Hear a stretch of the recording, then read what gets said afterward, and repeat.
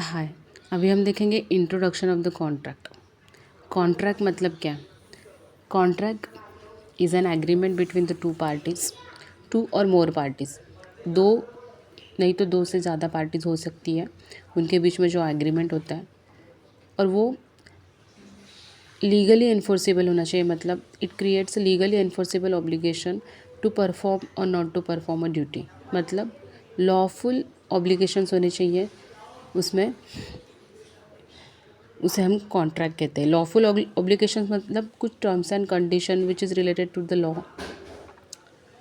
अगर कोई ऐसा एग्रीमेंट है जिसमें टर्म्स एंड कंडीशन है जो इलीगल नहीं है, उसे हम कॉन्ट्रैक्ट कहते हैं। कॉन्ट्रैक्ट कैन बी वर्बल और द रिटन। अभी जो कॉन्ट्रैक्ट्स रहते हैं वो दो प्रकार के होते हैं। एक वर्बल हो सकते हैं, मतलब आप बोल के कॉन्ट्रैक्ट कर सकते हो किसी से, और रिटन कॉन्ट्रैक्ट कर सकते हो किसी से। And they are the govern by the contract law, और वो कॉन्ट्रैक्ट लॉ के अंडर आनी चाहिए। When the offer is accepted by the both the involve parties, companies, businesses, it is called as an agreement. अब agreement किसे कहते हैं? अगर वन पर्सन किसी को ऑफ़र दे रहा है कोई चीज़ की और सामने वाला उसको एक्सेप्ट कर रहा है तो हम उसे एग्रीमेंट कहते हैं।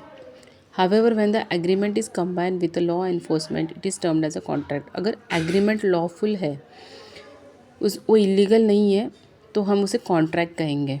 अगर एग्रीमेंट बना है वो इलीगल है तो हम इसे कॉन्ट्रैक्ट नहीं कहेंगे, क्योंकि वो कॉन्ट्रैक्ट में कन्वर्ट होता ही नहीं है, क्योंकि वो इलीगल है। कॉन्ट्रैक्ट तभी माना जाएगा जब एग्रीमेंट लीगल होगा, कुछ लॉफुल ऑब्लिगेशंस होंगे उसमें, तो उसे हम उस एग्रीमेंट को हम कॉन्ट्रैक्ट कहेंगे। अगर वो कॉन्ट्रैक्ट लीगली बाउंडेड नहीं है तो हम उसको कॉन्ट्रैक्ट नहीं कहेंगे। Section 2H of the Indian contract act 1872 defines the term contract. अभी हम पिछले लेक्चर में भी देखा था, सेक्शन 2H में कॉन्ट्रैक्ट का डेफिनेशन दिया है। वो डेफिनेशन ये है, it is an agreement that is which is enforceable by the law, it is contract. देखो यहीं पे भी उन्होंने यही बताया है कि एग्रीमेंट जो है वो लॉफुल एनफोर्सेबल होना चाहिए, मतलब उसमें लीगल होना चाहिए, इलीगल कोई भी चीज़ नहीं होनी चाहिए। अगर वो एग्रीमेंट लीगल है तो ही हम उसे कॉन्ट्रैक्ट कह सकते, तो ही हम उसे कॉन्ट्रैक्ट में कन्वर्ट कर सकते हैं। अगर वो इलीगल है तो वो एग्रीमेंट वॉइड है, वो कॉन्ट्रैक्ट नहीं हो सकता। There is a no social, religious और the moral relationship between the side parties.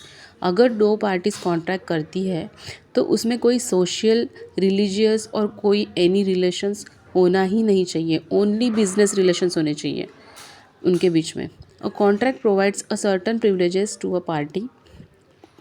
अभी ये कॉन्ट्रैक्ट है, सर्टन प्रिविलेजेस मतलब कुछ विशेष अधिकार पार्टी को देते, which involve and grants the certain obligations they should fulfil. उसमें कुछ ऑब्लिगेशंस होते हैं जो वो फुलफिल कर सकते हैं। A contract is agreement but all agreements are not contract. अभी पिछले लेक्चर में मैंने जैसे कहा था आपको कि कॉन्ट्रैक्ट्स जो है, जितने भी कॉन्ट्रैक्ट्स है वो सभी एग्रीमेंट है, but all agreements are not contract. जितने भी एग्रीमेंट्स है वो कॉन्ट्रैक्ट हो सकते हैं क्या? नहीं हो सकते। जो एग्रीमेंट लॉफुल है, जो लीगल है, वही कॉन्ट्रैक्ट में कन्वर्ट हो गए। अगर जो एग्रीमेंट लॉफुल नहीं है, लीगल नहीं है, वो कॉन्ट्रैक्ट में कन्वर्ट नहीं होंगे, वहाँ पे कॉन्ट्रैक्ट एग्रीमेंट वॉइड हो जाता है। एग्रीमेंट वॉइड हो गया मतलब कॉन्ट्रैक्ट हो ही नहीं सकता। इसलिए कॉन्ट्रैक्ट तभी बनता है जब एग्रीमेंट लॉफुल है, समझे? इसलिए ऑल कॉन्ट्रैक्ट, कॉन्ट्रैक्ट ये वर्ड ही लॉफुल है। All contract are agreements, all contracts are agreements हो सकते हैं, क्योंकि एग्रीमेंट तभी बनता है, कॉन्ट्रैक्ट तभी बनता है जब एग्रीमेंट वैलिड होगा, लॉफुल वैलिड होगा, तभी कॉन्ट्रैक्ट बनता है।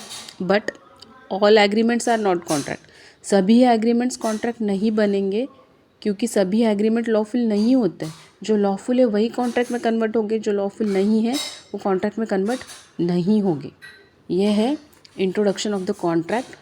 आई होप कि आपको समझ में आया होगा कि कॉन्ट्रैक्ट और एग्रीमेंट में क्या डिफरेंस है।